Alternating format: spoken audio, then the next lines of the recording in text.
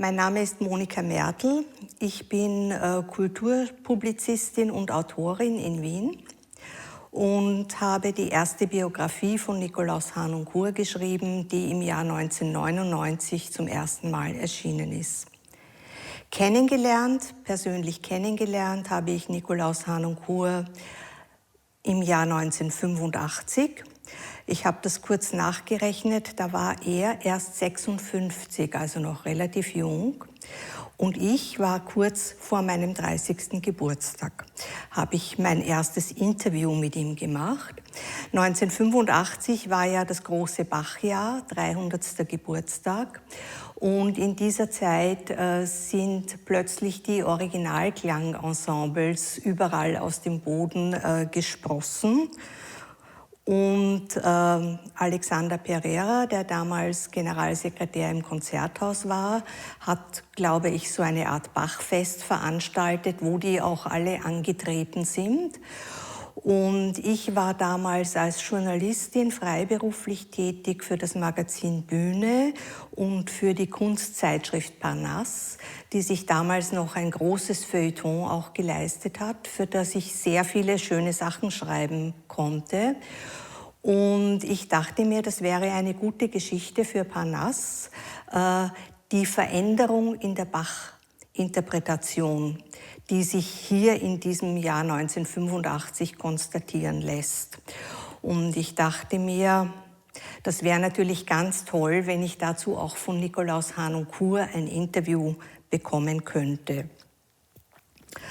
Und das war viel einfacher als gedacht. Es gab ein Publikumsgespräch mit ihm, ich glaube im Forum Länderbank, wo er unglaublich aufgeräumt und unterhaltsam geplaudert hat und unter anderem den denkwürdigen Satz gesagt hat, nämlich vom Moderator befragt, wie er es denn mit dem Einhalten von Regeln hält, hat er den Satz gesagt, ich gehe ja auch bei Rot über die Straße, wenn kein Auto kommt.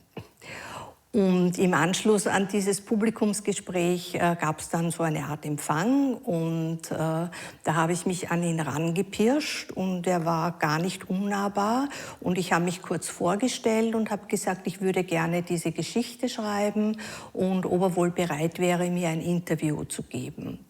Und da hat er mich freundlich angelacht und hat gesagt, ja, da müssen Sie fragen und hat so hinter sich in den Raum gedeutet. Und ich dachte mir, er meint vermutlich seine Frau. Und dann habe ich mich im Raum umgeschaut und habe mir gedacht, nur sie kann es sein, ja, blond, strahlend, lachend.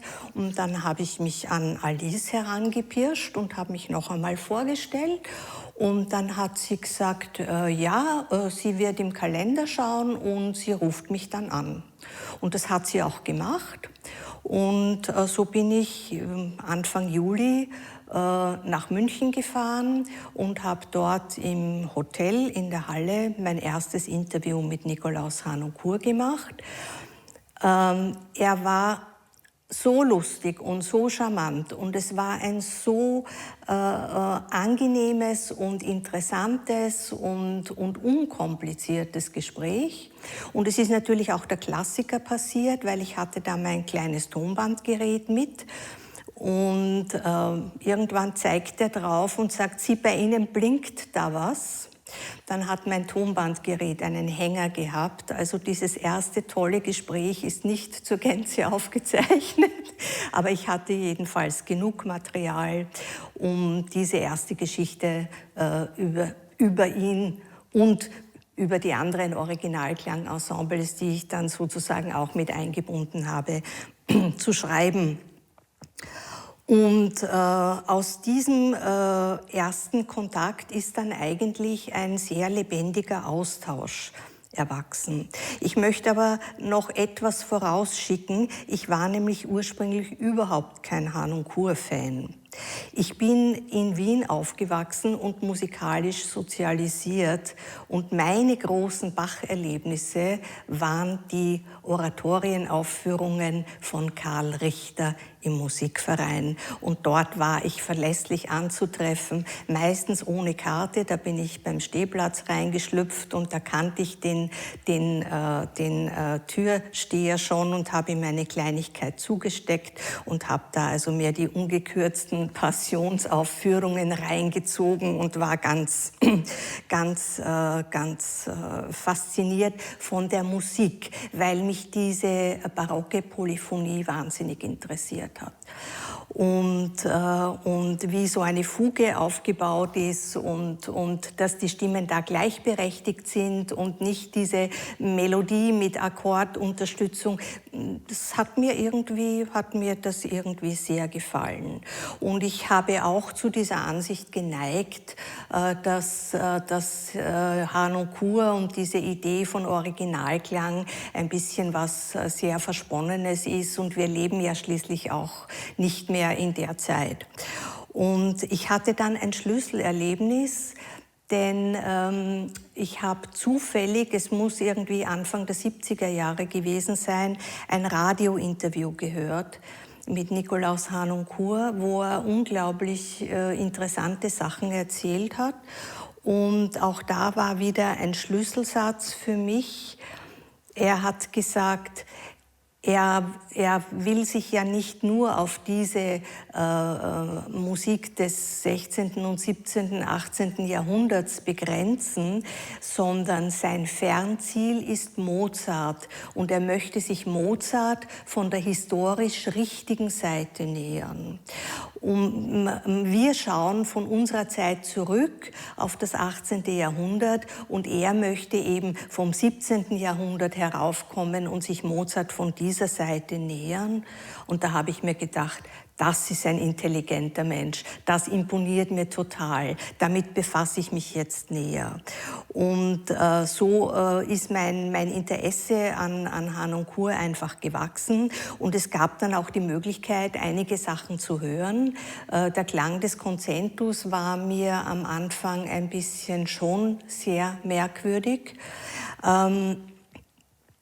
Aber den richtigen Kick habe ich bekommen Anfang der 80er Jahre, als bei den Wiener Festwochen Gastspiele des Zürcher Mozart-Zyklus stattgefunden haben. Da habe ich Idomeneo und Lucio Silla gehört und ich war hingerissen.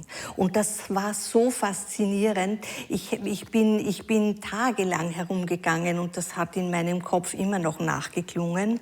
Und es war klar, also Harnoncourt steht ganz oben auf meiner Agenda und ich habe dann auch keine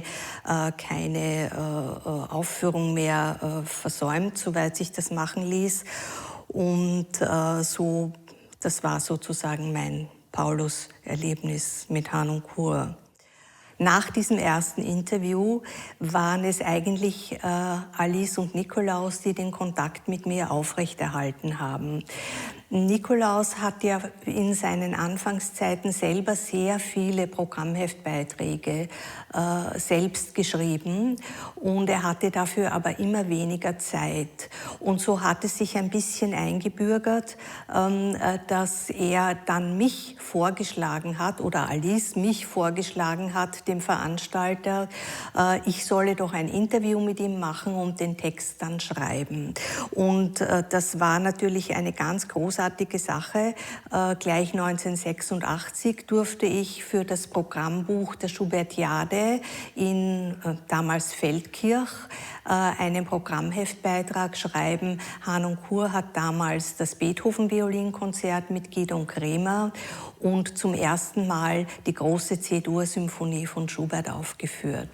Und das war sozusagen der Einstieg in die Zusammenarbeit. Und es kamen dann immer wieder solche Sachen. Und ich habe dann auch ihm einmal einen Brief geschrieben. Es war 1988. Er hat ja in den 80er Jahren, als Klaus Helmut Drese Direktor der Wiener Staatsoper war, einen Mozart-Zyklus begonnen mit Idomeneo. Und da war auch eine Zauberflöte, die nicht so wahnsinnig gut gelungen war. Und da war ich dann in der zweiten Serie noch mal drin und fand das viel besser als die erste Serie. Und daraufhin habe ich ihm einen endlos langen Brief geschrieben über mein Erlebnis mit dieser Zauberflöte. Und das war der Beginn auch eines brieflichen Austauschs, denn auf diesen Brief hat er mir selber in einer ganz entzückenden Weise geantwortet. Ich hatte nämlich auch geschrieben, also ich trete ihm jetzt hier hoffentlich nicht zu nahe, aber ich bin ja als Musikerin nicht ausgebildet. Ich habe Theaterwissenschaft studiert und ich habe vorsätzlich nicht Musikwissenschaft studiert, weil ich der Meinung war, dass das nur Hand in Hand mit einer künstlerischen Ausbildung, musikalischen Ausbildung Sinn machen würde. Und so bin ich also einfach nur mit meinem journalistischen Besteck, um einen nikoloischen Ausdruck zu verwenden, dort angetreten. Und dieser erste Brief, den ich von ihm bekommen habe, ist datiert vom 19. Mai 1989. Liebe Frau Merkel, vielen herzlichen Dank für Ihre beiden so verständnisvollen Briefe. Also ich habe ihn gleich mit 2 Briefen bombardiert. Auch ich war mit dieser Zauberflötenserie viel einverstandener als mit der ersten. Das Orchesterspiel der Zauberflöte hat natürlich von den Entführungsproben profitiert, weil damals eben auch eine Aufführung der Entführung aus dem Serail stattgefunden hat. Und dann schreibt er, ich sehe nicht ein, warum journalistische Gespräche darunter leiden sollen, dass sie nicht Musikerin sind. Professionelle Musikkritiker haben meist ein viel niedrigeres Fachfundament. Ich fühle mich gut aufgehoben bei unseren Gesprächen und Sie können und sollen ungeniert sagen und fragen, was Ihnen am Herzen liegt. Ihre Briefe haben mich gefreut. Mit herzlichen Grüßen, Ihr Nikolaus Harnoncourt. Wenn das keine Ermutigung ist. Ja, ich habe dann meine berufliche Position gewechselt und bin in die Kulturredaktion des Kurier gegangen für einige Zeit. Und ich habe diese Position dann aber aus freien Stücken wieder verlassen, weil mich diese Art von Arbeit nicht glücklich gemacht hat. Ich bin eine Magazinjournalistin. Ich möchte mich mit einem Thema, das mich interessiert, beschäftigen. Ich möchte dafür auch ein bisschen mehr Platz haben. Und Kurier war damals doch sehr stark auf dem Weg in den Boulevard. Und man wollte eine Schlagzeile und ein Bild und rundherum ein bisschen Text. Und jeden Tag um 5, wenn ich mir unten beim Portier die neue Zeitung geholt habe, war ich irgendwie doch ein bisschen frustriert, was dabei herausgekommen ist. Und habe mir gedacht, jetzt würde ich gern mal was richtig Gescheites schreiben und vielleicht könnte ich doch ein Buch schreiben. Und dann habe ich mir gedacht, na ja, Harnoncourt, da gibt's ja sicher schon mindestens ein Buch oder mehrere.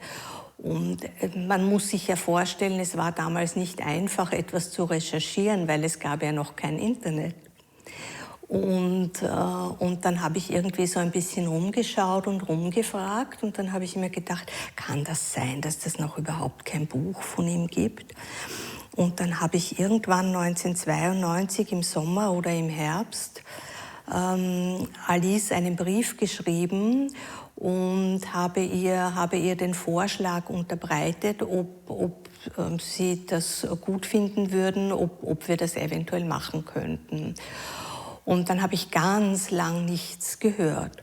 Und dann kam zu Weihnachten ein Kärtlein von Alice.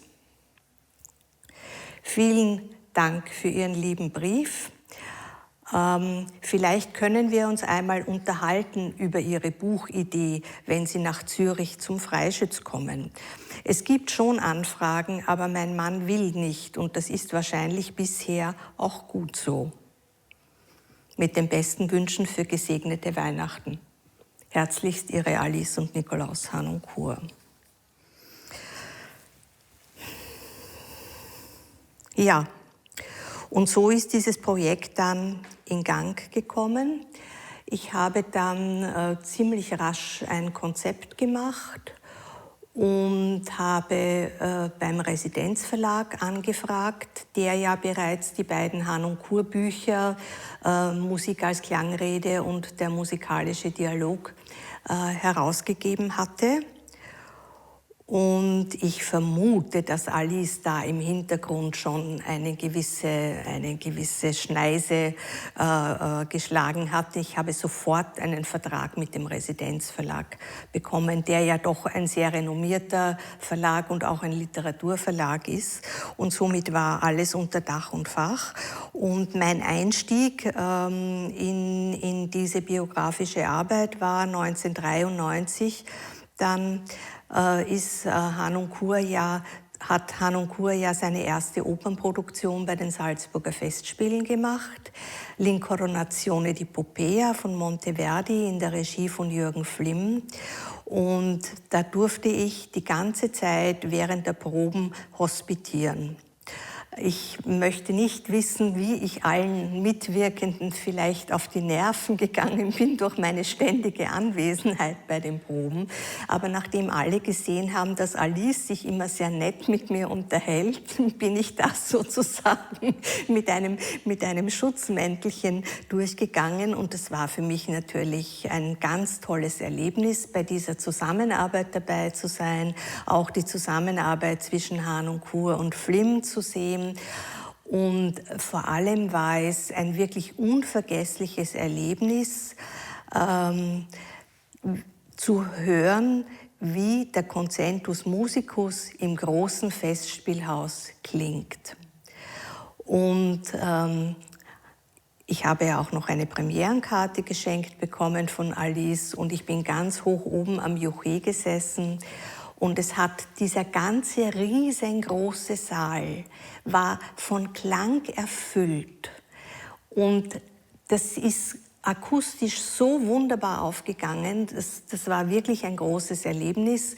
Und ich denke, Harnoncourt ist da auch ein bisschen über seinen Schatten gesprungen, dass er in diese Riesenarena reingegangen ist. Aber das war jedenfalls ein sehr, sehr eindrucksvoller und interessanter Festspielsommer. Es gab ja in dem Sommer auch noch die Marienvesper im Dom und das waren große Eindrücke. War denn der Concentus bei der Popea größer besetzt, als er gewesen wäre? Nicht wesentlich, nein. Und kannst du uns eine lustige Geschichte erzählen aus dem Probenprozess zwischen Flimm und Harnoncourt?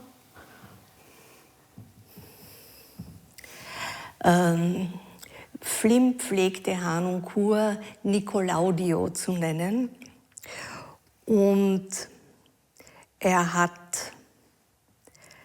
sich in einer großartigen Weise den musikalischen Anordnungen von Nikolaus unterworfen, mit einer Grandezza, die wahrscheinlich nicht jeder Regisseur aufgebracht hätte. Es war vor allem spannend, die Proben waren im Lehrbauhof und wie das Ding dann in das große Festspielhaus übersiedelt ist, da hat es natürlich am Anfang an allen Ecken und Enden geknirscht. Ne? Und Nikolaus, der ja wie immer das Regiekonzept auch mitentwickelt hat, das war ihm ja immer ganz wichtig, dass das ein gemeinsamer Brutprozess ist vor Probenbeginn und der auch viel zugelassen hat, hat dann nur gesagt, Jürgen, das geht nicht. Und Jürgen ist sofort gesprungen und hat das geändert. Und so kam es, dass dann das berühmte Schlussduett Pur ti miro nicht, wie das ursprünglich geplant war, irgendwo im hinteren Bereich der Bühne stattgefunden hat, sondern die sind halt dann einfach nur an der Rampe gesessen und haben das gesungen. Ja, das war die Zusammenarbeit mit Jürgen Flimm, die ja sich noch in sehr vielfältiger Weise dann fortgesetzt hat. Ich habe dann 1994 die Möglichkeit bekommen, für die Styriarte tätig zu sein, wo Nikolaus Harnoncourt ja sozusagen sein persönliches Heimspiel hatte. Als gebürtiger Grazer, dieses Festival ist ja im Grunde für ihn gegründet worden und ich habe da auch wunderbare Passionsaufführungen im Dom gehört, die mir auch ganz unvergesslich sind. Und ich war dort auch als Zuhörerin und da habe ich eben festgestellt, dass die Pressestelle gerade nicht besetzt ist. Und da habe ich dann zu Alice gemeint, oh, ich würde das gerne machen und ich denke, dass ich das könnte, weil ich auch früher schon Pressearbeit gemacht habe. Und ja, daraufhin habe ich also die Pressearbeit für die Styriarte übernommen und das war mir ein großes Anliegen, diese einzigartigen Projekte, die Harnoncourt dort gemacht hat, denn er hat ja dort wirklich zum Teil auch Dinge gemacht, die er nirgendwo sonst gemacht hat. Dass das nicht nur in den steirischen Zeitungen abgehandelt wird, sondern dass nicht nur die Wiener Kritiker, ich verwende absichtlich die männliche Form, weil Frauen waren damals kaum tätig, sich über den Semmering bewegen, sondern dass wir auch ein internationales Echo kriegen. Und es ist dann auch gelungen, dass wir Berichte in der New York Times hatten. Ich habe Norman Lebrecht nach Graz bekommen und wir waren in der FAZ und so habe ich da ordentlich mich eingesetzt. Und es war für mich natürlich ideal, weil ich ständig auf den Proben sein konnte und alles miterleben konnte, was er dort an Dingen gemacht hat. Die Biografie ist sehr langsam entstanden, weil natürlich das eine ist, dass man diese Eindrücke hat, das andere ist, dass man diese Eindrücke auch verarbeitet und wir mussten ja auch Gespräche führen und das hat auch stattgefunden natürlich. Was jetzt das Konzept betrifft, das ich vorgelegt habe, gab es anfangs durchaus Einwände und Bedenken. Ich habe zum Beispiel ganz am Anfang, da hatte ich erst nur das Konzept vorgelegt, einen Brief von Alice bekommen. Liebe Frau Mertl, vielen Dank, Oktober 94. Liebe Frau Mertl, vielen Dank für Ihren lieben Brief und die Zusendung Ihres Konzeptes, das uns beiden sehr gut gefällt. Obwohl ich gestehen muss, dass ich diejenige bin, die Schwierigkeiten hat mit der Situation, unser bis jetzt total privat gebliebenes Leben der Öffentlichkeit preiszugeben. Können Sie das Buch, das sicherlich sehr interessant geschrieben sein wird, nicht nur für sich selber schreiben? Ja, und es gab dann auch inhaltliche Vorbehalte. Ich möchte aber zuerst doch zu meinem Konzept etwas sagen, denn es gab Dinge, die mir ganz wichtig waren.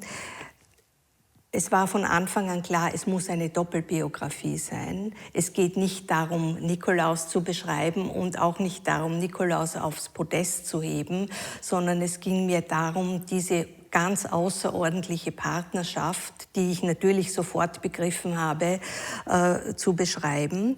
Und das Zweite, was mir wichtig war, ich wollte keinesfalls eine lineare biografische Erzählung machen, sondern von thematischen Schwerpunkten ausgehen, zu denen mich oft Bilder oder Situationen oder Gesprächspartikel angeregt haben.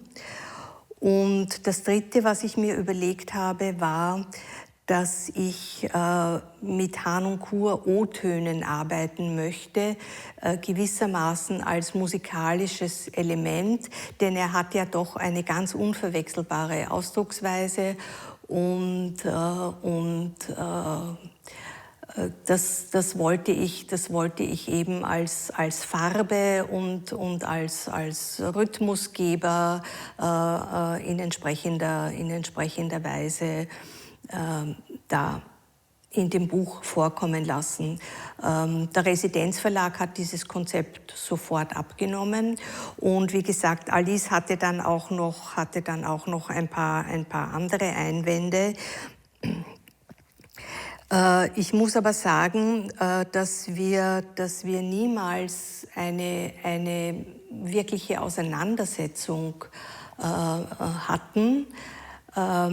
Das wäre einfach mit dem Verständnis von Streitkultur, das Harnoncourt hatte, gar nicht drin gewesen.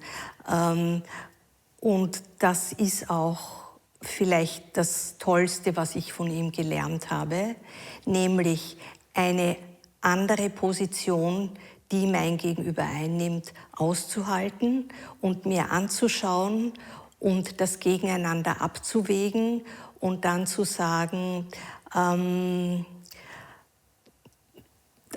Meinung ist eben so, aber quasi, ich habe dich trotzdem lieb. Und das soll uns jetzt nicht auseinanderbringen. Und ja, gerade heutzutage wäre das ein großer Gewinn, wenn dieser Gedanke von Streitkultur und das gegensätzliche Meinungen nebeneinander bestehen dürfen und dass diese Meinungsvielfalt sein darf und dass jeder auf seine Weise auch Recht haben kann, wenn das vielleicht wieder ein bisschen Platz greifen könnte. Aber davon sind wir weiter entfernt denn je. Ich habe mich auch ziemlich durchgesetzt mit allem, was ich machen wollte. Weil mein Argument war dann immer, ich kann es nur mit meinen Augen anschauen. Und ich kann nur vor dem Hintergrund meiner Erfahrungen drüber nachdenken und es formulieren. Und Sigmund Freud hat ja den kostbaren Satz geprägt, die biografische Wahrheit ist nicht zu haben und wenn man sie hätte, wäre sie nicht zu gebrauchen. Und das ist die reine Wahrheit. Es gibt keine biografische Wahrheit, die wird für jeden, der eine Biografie betrachtet, eine andere sein. Und es gibt auch keine lineare biografische Erzählung, weil sich dann Dinge oft überlappen und daher ist also nach meiner Meinung nach eine Chronologie beim Schreiben einer Biografie sowieso eine vollkommen verkehrte Angelegenheit. Ich bin auch der Meinung, wenn man ein biografisches Buch schreibt, muss man für die jeweilige Person, den jeweiligen Menschen, über den man schreiben will, die passende Form finden. Und das war mein großes Anliegen mit diesem Buch und ich glaube, das ist auch ganz gut gelungen. Das Höchste, was man an Reaktion haben konnte von den Harnoncourts, wenn es ihnen nicht gut gegangen ist mit etwas, das war ein maschinengeschriebener Brief, den ich einmal bekommen habe. Da hat Alice auf ihrem Briefpapier offensichtlich einen von ihm diktierten 1,5 Seiten langen Brief geschrieben. Ich muss dazu sagen, ich war in dieser Zeit meines Lebens sehr von Alice Miller geprägt. Und zwar gar nicht so sehr von ihrem berühmten Buch Das Drama des begabten Kindes, sondern von einem anderen Buch, das heißt, du sollst nicht merken. Und da beschreibt sie in einer unglaublich anschaulichen und beklemmenden Art und Weise, wie Erlebnisse, die ein Kind im vorsprachlichen Alter hat, sich im Unbewussten manifestieren, weil sie ja noch nicht artikuliert werden können. Und dann aus dem Unbewussten heraus Verhaltensweisen generieren, die wirklich unheilvoll und schrecklich und grauenhaft sein können. Und Hanung Kur hat mir ja sehr, sehr ausführlich aus seinem Leben erzählt. Und ich glaube, dass ihm diese Gespräche mit mir auch gefallen haben. Ich glaube, dass er über seine Kindheit und auch über die Kindheit zum Beispiel seiner Mutter und über diese ganze Familiengeschichte noch nie mit jemandem in dieser Ausführlichkeit und in dieser Konzentriertheit gesprochen hat. Und ich bin natürlich da auch mit voller Empathie reingegangen und habe also wirklich ihn sprechen lassen und möglichst, also überhaupt keine bewertenden Kommentare abgegeben. Und da habe ich einfach auch Dinge gehört, die mich unglaublich betroffen gemacht haben. Ich kann mich zum Beispiel erinnern, als er mir von Züchtigungsmethoden erzählt hat, denen seine Mutter unterworfen war, habe ich danach eine ganz schlechte Nacht gehabt, weil ich das dermaßen jenseits fand. Und er hat das einfach ganz normal erzählt. Für ihn war das ein Faktum, er hat das nicht hinterfragt. Und deswegen habe ich dann wahrscheinlich schon angefangen, so mit meinem Alice Miller basierten Wissen ein bisschen ihm zu Leibe zu rücken.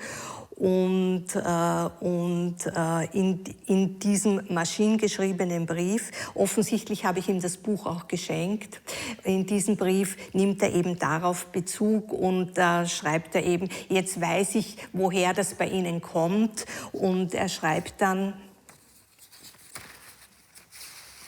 jetzt weiß ich, warum Sie beim Wort Erziehung unter der Haut immer zusammenzucken. Irgendwie habe ich es gefühlt, hatte aber keine technischen Möglichkeiten, das Wort zu vermeiden. Und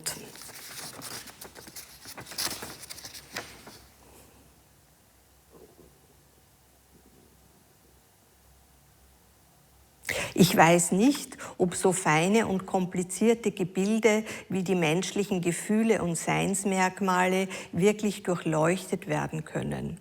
Freud und wohl auch Alice Miller stoßen meiner Meinung nach Fenster auf, beleuchten scharf bisher unerkannte Bereiche.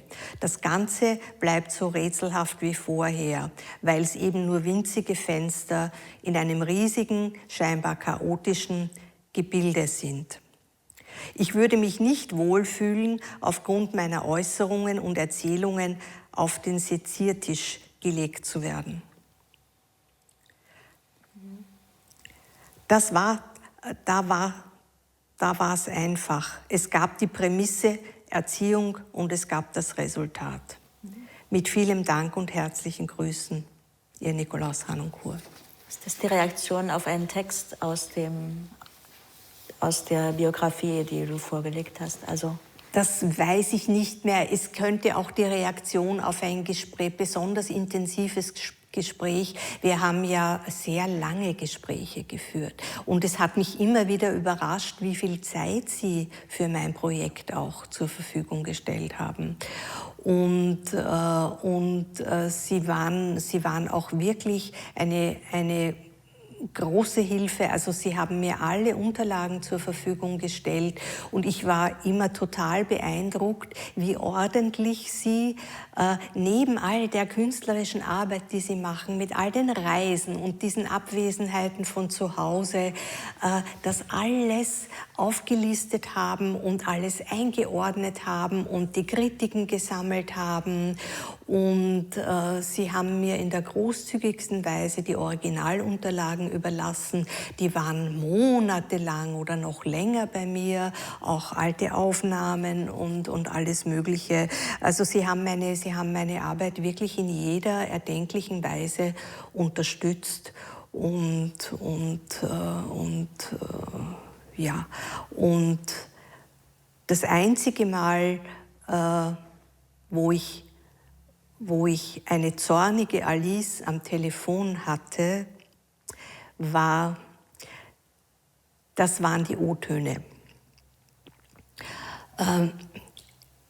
Nachdem Harnoncourt hier nicht Vorträge über Musik oder Interpretation oder dergleichen gehalten hat, sondern aus seinem Leben erzählt hat und dabei vielleicht selber auch überrascht war über manches, was da plötzlich zutage kommt, hat er jetzt natürlich auch nicht in formvollendeten Sätzen gesprochen, sondern das war dann zum Teil sehr fragmentarisch und auch grammatikalisch ein bisschen verwortagelt. Und ich in meinem Eifer, hier den Originalklang sozusagen zu bewahren, habe das möglichst wenig bearbeitet. Und das hat sie dann sehr gestört. Und da habe ich einen zornigen Anruf von Alice einmal bekommen. Und das habe ich natürlich sofort verstanden und habe gesagt, nein, also das soll auf keinen Fall so gemeint sein. Und das habe ich dann entsprechend bearbeitet. Ich glaube, es ist genügend Originalklang übrig geblieben. Und wie sind die Texte dann aber entstanden, dass es zu dem gesamten Buchtext kam? Hast du immer kapitelweise geschickt und Sie haben rückgemeldet? Ich habe Ihnen das kapitelweise geschickt und Sie haben das gelesen und Anmerkungen an den Rand geschrieben, also meistens Alice. Und das war eigentlich ein sehr unkomplizierter Austausch. Gibt es diesen Austausch noch? Es gibt diverse ausgebleichte Faxe. Da ist aber gar nicht, also das müsste ich nachschauen. Bitte das vielleicht jetzt nicht da in diesem Ding zu bringen. Weißt du, ich habe ja den Großteil meines Archivs auslagern müssen, als ich Wohnung und Büro 2014 zusammengelegt habe.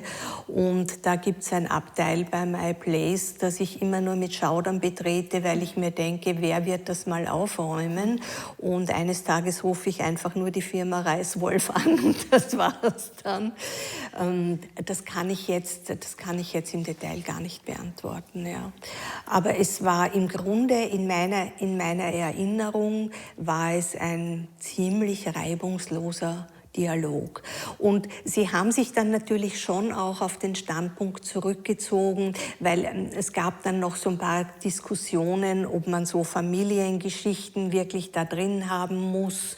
Zum Beispiel als Philipp vom Stockbett fiel und sich die Hand gebrochen hat und die Geschwister haben ihn gefesselt und geknebelt, nur damit er die Probe nicht stört und ob das unbedingt drin sein muss und ob jetzt Edi Melkus unbedingt drinnen vorkommen muss und diese Dinge.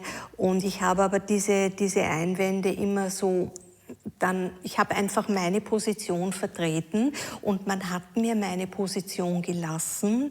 Und Alice und Nikolaus haben sich dann so ein bisschen auf die Position zurückgezogen. Es hieß dann immer, naja, wenn Sie meinen, es ist ja Ihr Buch. Also sie haben es dann sozusagen als mein Buch bezeichnet und der Arbeitsprozess hat sich wahnsinnig lang hingezogen, weil ich natürlich was anderes auch noch arbeiten musste und nachdem ich nichts anderes kann als schreiben, ich kann nicht sagen, ich schreibe jetzt statt 5 Stunden am Tag 10 Stunden am Tag, das geht sich irgendwie nicht aus. Und man muss gerade für ein Buch muss man ja irgendwie in einem Gedankenfluss drinnen bleiben und sich da einlassen und tiefer tauchen. Und ich habe mir natürlich auch einen sehr großen Schuh angezogen, indem ich versucht habe, diesen außergewöhnlichen Menschen mit seiner außergewöhnlichen Familiengeschichte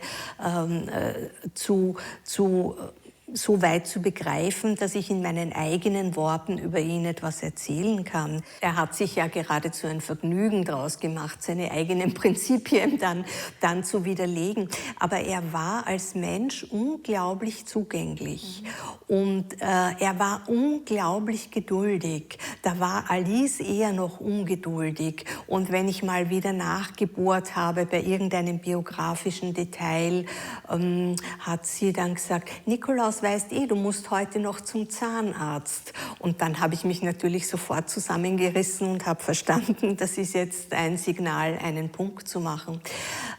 Ich habe sie sehr oft zu Hause in St. Georgen besucht. Also die meisten Gespräche haben eigentlich in St. Georgen stattgefunden. Und ich habe dann auch Wegbegleiter sozusagen an Bord geholt. Alfred Altenburger, seinen Kollegen vom Wiener Gampenquartett, Emanuel Brabetz, seinen Cellolehrer, der hat damals noch gelebt. Da hat Nikolaus sich sehr gefreut, dass ich Brabetz besucht und mit ihm gesprochen habe. Ich habe von Klaus Helmut Drese sehr schöne Unterstützung bekommen, der ja als Operndirektor in Zürich eigentlich Hahn und Kur als Operndirektor gemeinsam mit Ponell erfunden hat. Das war ja wirklich die Großtat, was ein Operndirektor machen soll, dass er 2 solche Künstler zusammenbringt und dann ist da so ein Feuerwerk. Ja, auch den Mut zu haben, jemanden, der so gar nicht ins Establishment passt, in einen Opernbetrieb hineinzuholen. Ja. Das sind natürlich die Schweizer und auch die Holländer, da ist ein liberaleres Denken. Und es war halt, die Vorurteile gegen Hahn und Kur sind meines Erachtens ja bis heute nicht ausgerottet. Ich denke, es wird noch eine Weile dauern, bis seine Zeit kommt, weil er den Speer wirklich sehr weit vorausgeworfen hat. Ne? Sind diese Vorurteile nur österreichisch? Ja. Also ich sehe eine spezifische Art von Vorurteil, das ganz besonders in Wien und in weiterem Sinne in Österreich ist. Allein wenn man denkt, wie lange es gedauert hat, bis er in Salzburg dirigiert hat. Also in Salzburg war er dann ja eigentlich arriviert, aber er ist ja dann auch gleich wieder weggegangen, noch während der Intendanz von Peter Rózsicka, weil er sich nicht mehr wohl gefühlt hat und dann hat es 7 Jahre gedauert, bis er wieder gekommen ist. Es war vor allem ein großer Kampf um die Wiener Philharmoniker, den er ausgetragen hat, weil ihm an diesem Orchester so unglaublich viel gelegen war. Und ich habe ja so viele Proben erlebt. Ich habe auch Proben erlebt mit den Wiener Symphonikern. Das waren schon sehr spannende Details. Für mein Dafürhalten hat er die letztgültige Anerkennung vom Wiener Establishment nicht bekommen. Aber ich glaube, weiter als er kam, konnte er nicht kommen. Einfach weil er immer halt alles anders machen wollte. Und da gibt es ja auch so, muss denn immer alles anders sein, Herr Hahn und Kur und so. Und ich persönlich fand es unglaublich redlich, wie er sich mit jedem Werk so befasst hat, als wäre es gerade erst komponiert worden. Und die Zeit und die Intensität, die er da hineingesteckt hat und auch, wie sie ihr eigenes Notenmaterial vorbereitet haben und was da Alice an Noten geschrieben hat. Und das war schon sehr, sehr bemerkenswert. Ja, und es hat ja ziemlich lang gedauert, weil es eben sehr viel Arbeit war, bis dieses Buch fertig war. Und ich weiß ja nicht, ich stelle mir manchmal vor, Sie sind daheim beim Essen gesessen und Nikolaus sagt zu Alice, Alice, was meinst du, wird die Frau Merkel das Buch jemals fertig schreiben? Er war ja noch nicht sehr alt zu diesem Zeitpunkt. Es war ja eigentlich ein früher Zeitpunkt, eine Biografie herauszubringen. Es war relativ früh und vor allem ist sein größter Karrieresprung ja noch bevor gestanden, nicht? Also das ist schon klar. Deswegen hat diese Biografie ja mehrere Folgen und Vervollständigungen immer wieder erfahren. Ja, ich wollte noch kurz, ich habe dann mich auch sehr bemüht, im Sinne der Doppelbiografie wollte ich natürlich, dass auf dem Cover das Ehepaar drauf ist, und dann habe ich alle mir bekannten und noch nicht bekannten Fotografen kontaktiert und um entsprechendes Material gebeten, das ich auch bekommen habe. Und der Verlag hat sich dann bei der ersten Ausgabe eben für dieses Bild entschieden, wo Nikolaus an einem Baum lehnt, und die Grazer Verwandtschaft hat dann so quasi gemeint, ich soll mir nichts draus machen, der Baum ist die Alice, und die Erstausgabe hatte immerhin den Titel Alice und Nikolaus Harnoncourt im Untertitel. Das ist dann bei der Neuauflage 2004 auch weggefallen. Dafür haben die neuen Ausgaben auf der Rückseite ein Foto des Ehepaars. Gut. Ja, da ist der Verlag auf dem Standpunkt gestanden, das ist eine Verkaufsentscheidung und das behält sich der Verlag vor, was man da aufs Cover gibt. Und da hat der Walter Pichler noch die Covers gemacht vom Residenzverlag.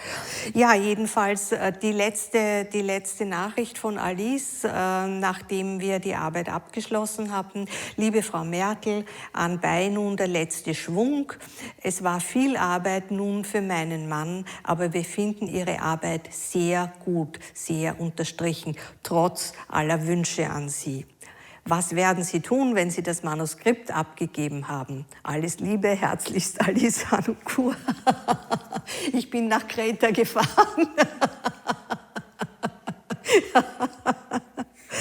Aber sie waren wirklich ganz reizend und ich habe mich furchtbar aufgeregt über diese Covergeschichte, und da haben sie mich eigentlich fast noch getröstet, also das war für sie nicht so schlimm, und wir haben ja auch sehr oft gemeinsam gegessen, und dann haben sie mich zur Feier des abgeschlossenen Manuskripts, haben sie mich dann noch ins Imperial zum Essen eingeladen, das war ihnen immer wichtig, dass das auch gefeiert wird und das gemeinsame Essen. Und es war wirklich eine sehr persönliche Beziehung. Man wusste voneinander immer, ich wusste, wie es ihnen geht und welche Operationen der Nikolaus jetzt hat oder die Alice. Und sie wussten immer so ungefähr, wie es mir geht. Sie haben viel Anteil an meinem beruflichen Werdegang genommen. Es ist so, dass Nikolaus immer wieder angedeutet hat, dass er an etwas schreibt. Und das hat er aber irgendwo im Giftschrank oder im Tresor. Und er hat auch das irgendwie nicht beantwortet, wenn man dann wissen wollte, was es war.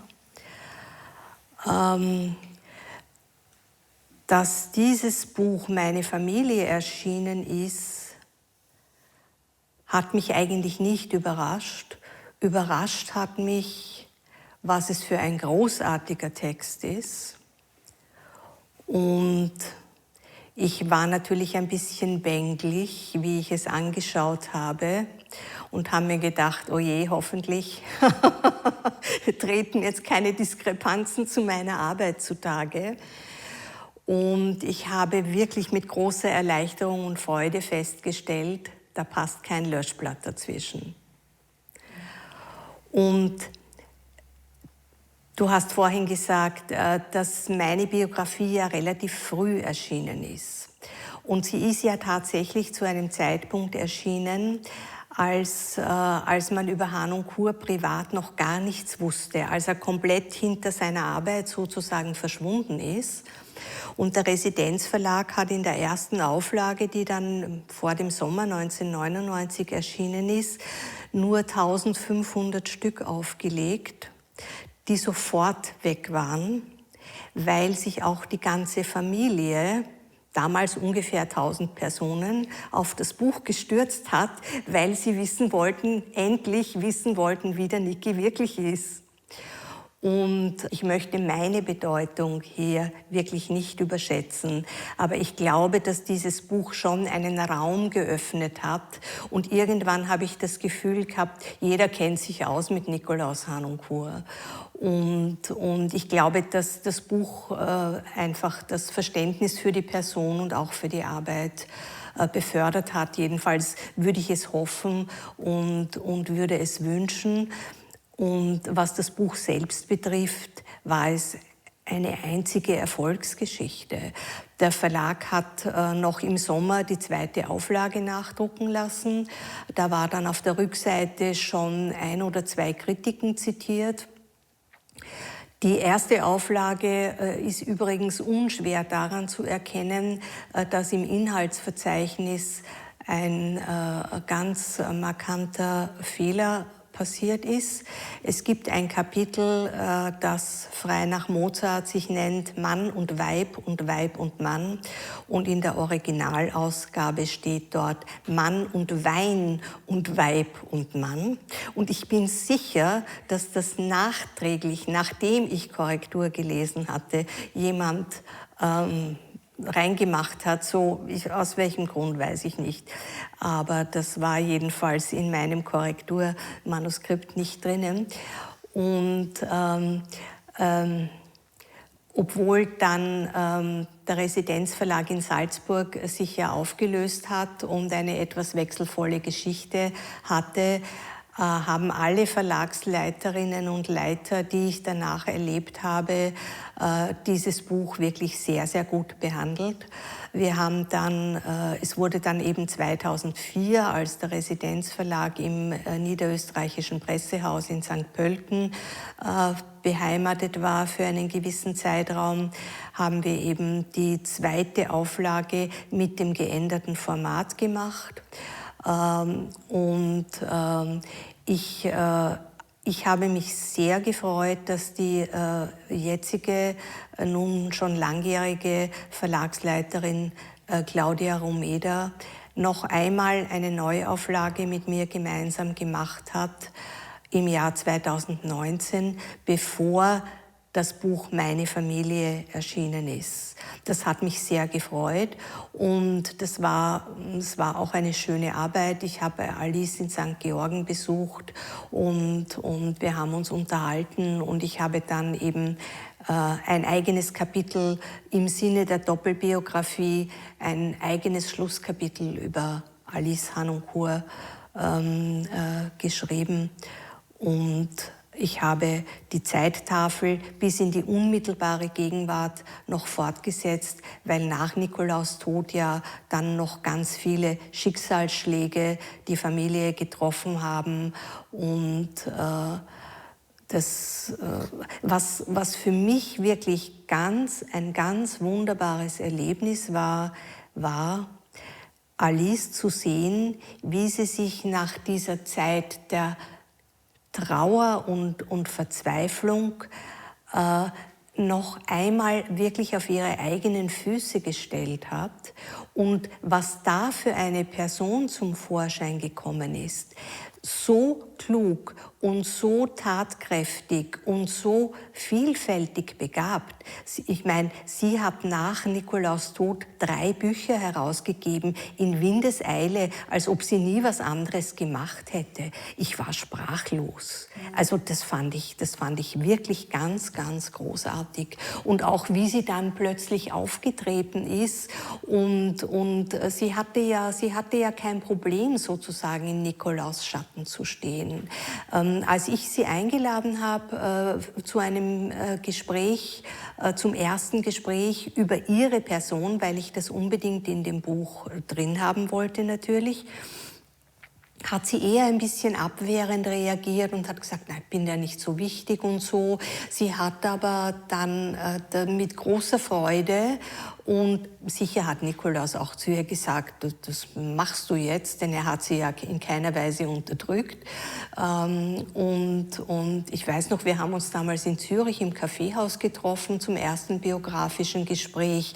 Und da hat sie so wunderbar erzählt von ihrer Kindheit und wie sie mit Gulda musiziert hat und wie sie dann eben nach Paris musste, weil die Eltern die Heirat verhindern wollten und alle diese Dinge. Und ich freue mich, wenn ich dazu beitragen konnte, dass sie auch nach Nikolaus Tod dann wirklich als eigenständige Person und Künstlerin Anerkennung und Gehör gefunden hat und die Energie und das Selbstbewusstsein und die Freude, mit der sie sich dann in diese Aufgaben gestürzt hat, das hat mir unglaublich gefallen und das hat mich eigentlich wirklich sehr glücklich gemacht, weil sie hat dann wirklich realisiert, wie wichtig es ist, dass eine Frau, die erfolgreich war in ihrem Leben, auch sich äußert und auch kritisiert, dass eben Frauen immer noch so sehr benachteiligt sind. Ich meine, in der Musikwelt ändert sich ja jetzt zum Glück doch einiges, aber es bleibt auch noch viel zu tun. Sie war auf jeden Fall eine Frau ihrer Zeit, die ganz selbstverständlich sich zurückgestellt hat. Ja, sie hat ja zuerst gemeint, sie hört jetzt auf, Geige zu spielen und kümmert sich um den Haushalt und die Kinder. Und da muss man ja wirklich sagen, Nikolaus hat eine Musikerin geheiratet und hat gesagt, na bitte, du spielst jetzt Geige, ja, und im nächsten Konzert spielst du das Solo, ne? Ja. Und das hat sie angenommen. Auch da war er sehr seiner Zeit voraus. Da war er seiner Zeit wirklich sehr voraus, ja. Ja.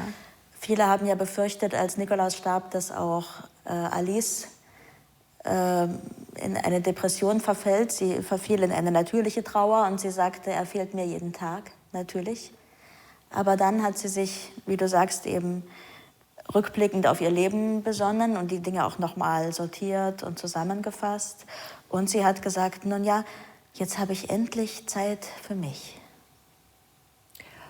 Also Depression war nicht ihre Sache. Und auch Nikolaus hat ja immer gesagt, sie ist die Optimistin und ich bin der Pessimist. Und sie hatte eine unglaubliche Lebensenergie und auch eine Lebensfreude und sie konnte ja dann bis zu ihrem Unfall immer noch im Garten arbeiten und sie hat mir ja ich habe ja dann auch ein großes Porträt über sie geschrieben. Da hat sie eben erzählt, wie sehr ihr die Gartenarbeit geholfen hat, um diese Trauer zu überwinden und mit welcher Inbrunst sie in der Erde wühlt und wie sie sich freut, wenn ein schöner Kompost entstanden ist und alle diese Dinge.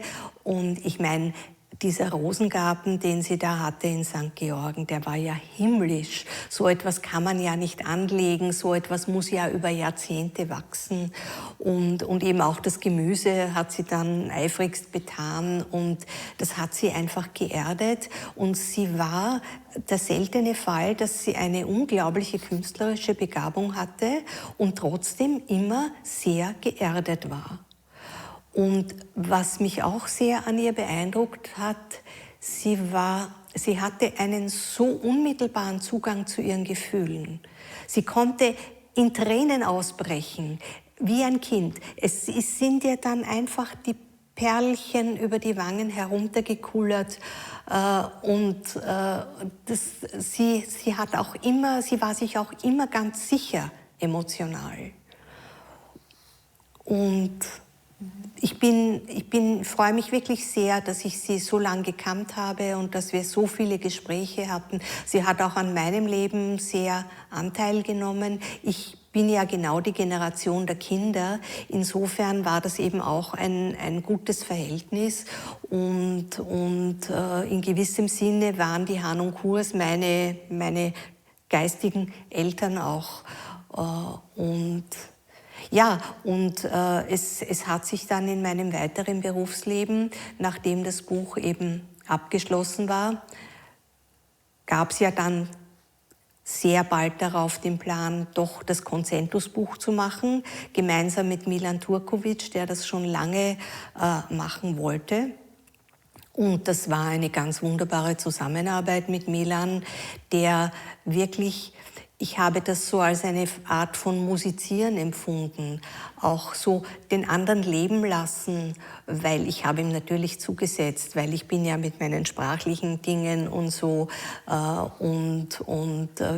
haben dann ein Konzept gehabt und hatten eine genaue Arbeitsteilung und dieses Concentus-Buch ist ganz rasch entstanden. Und das ist jetzt auch 20 Jahre her. Das ist dann zum 50-Jahr-Jubiläum des Concentus Musicus 2003 erschienen. Und demnächst feiert der Concentus Musicus sein 70-Jahr-Jubiläum mit einem Fest im Casino Zögernis. Sehr richtig. Das ist also vom Denken des Herzens. Das ist immer noch erhältlich. Und in welche Sprachen wurde das dann übersetzt? Ja, es wurde als erstes ins Ungarische übersetzt. Da hat irgendwie die Monarchie noch ein bisschen nachgewirkt, glaube ich. Und danach wurde es ins Japanische und ins Französische übersetzt. Die japanische Übersetzung kann ich nicht beurteilen. Die französische finde ich ganz außerordentlich gut gelungen. Da gab es auch eine schöne Präsentation in Brüssel. Es ist in einem belgischen Verlag erschienen, Versant Süd. Und das ging auf einen belgischen Journalisten zurück, den ich in Salzburg kennengelernt habe, dessen Schwester diesen Verlag aufgebaut hat. Und es ist leider nie gelungen, eine englische Ausgabe zu machen, obwohl sich der Verlag da immer wieder auch auf mein Betreiben bemüht hat. Wir haben auch mal eine Probeübersetzung machen lassen. Die Engländer haben ihre eigene Originalklangszene und Harnoncourt ist dort, glaube ich, nicht so eine Größe. Und vom Markt her wäre natürlich USA interessant gewesen. Aber dort wir haben sogar, glaube ich, die Familie, also der Verlag hat dann, glaube ich, sogar Familie in den USA kontaktiert. Aber da war er einfach zu wenig dort. Da ist er nicht bekannt genug, dass sich da eine Ausgabe gelohnt hätte. Das habe ich sehr bedauert. Ich habe aber auch gemerkt, wie schwer es ist, ich habe einmal für das Magazin des Österreichischen Kulturinstituts in New York einen Artikel über Harnoncourt geschrieben und habe versucht, mich da in eine amerikanische Leserschaft, die von diesem ganzen wirklich ganz tief europäischen Denken, das seine gesamte Lebensphilosophie durchzieht, geprägt ist, wie schwer das zu übersetzen ist. Und ich bin froh, dass ich die japanische Ausgabe nicht überprüfen kann. Die Übersetzerin ist eine ganz, ganz entzückende, ganz fleißige, liebenswürdige junge Frau, Tamina Kotani, die auch das Concentus-Buch noch übersetzt hat. Also diese beiden Bücher gibt es auf Japanisch, ja. Trotzdem wäre ja eine englische Ausgabe sozusagen der Ersatz für alle anderen Sprachen, weil man dann global dieses Buch lesen könnte. Man, ja. Haben die Harnoncourts dein eigenes Leben verändert? Ja, auf jeden Fall. Auf jeden Fall. Sowohl in menschlicher Hinsicht, man konnte den beiden ja nicht begegnen, ohne etwas über Partnerschaft zu lernen. Dann natürlich die Gespräche mit Nikolaus, diese Streitkultur, die mir ewig vorbildhaft bleiben wird. und wo ich glaube und hoffe, dass es mir manchmal gelingt, eine Konfliktsituation auf diese Art und Weise auf eine Verhandlungsebene zu bringen, ohne dass ich dabei meinen eigenen Standpunkt aufgeben muss. Und natürlich haben sie mein berufliches Leben beeinflusst, weil eben nach Abschluss dieses Buches zufällig oder nicht, alle weiteren Tätigkeiten auch eine Zusammenarbeit mit ihnen beinhaltet hat.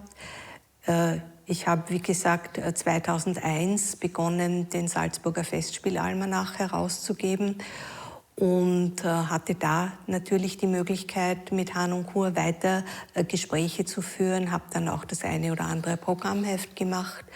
Und ich habe dann, als das neue Opernhaus im Theater an der Wien eröffnet wurde, hat mich der Gründungsintendant Roland Geier eingeladen, die Publikumszeitschrift zu machen. Und das war natürlich vor allem in der Anfangsphase das reinste Harnoncourt-Festival, weil jetzt endlich Harnoncourt in Wien auch eine Operntätigkeit entfalten konnte. Und das war ganz großartig und so ist das immer weitergegangen. Und ich habe dann auch in meiner freien journalistischen Arbeit natürlich zu anlassbezogene Porträts und Artikel geschrieben. Und ja, also mein Leben wäre sicher ganz anders verlaufen, wenn ich 1985 nach dem Podiumsgespräch nicht hingegangen wäre und ihn einfach angesprochen hätte. Und, ja. Ja. Ja, ich kann nur Danke sagen für alles, was ich bekommen habe, auch für diesen wirklich sehr menschlichen Umgang, für diesen wertschätzenden Umgang. Es war wirklich so, wie er es im ersten Brief geschrieben hat. Ich konnte alles sagen, ich konnte alles fragen. Das ist im Umgang mit Künstlern nicht selbstverständlich. Dafür habe ich auch Verständnis, dass das nicht selbstverständlich ist. Aber es war eine ganz offene und vertrauensvolle Beziehung und eine ganz große Unterstützung eben auch bei meiner Arbeit. Ja, danke Nikolaus, danke Alice, dass ich euch begegnen durfte.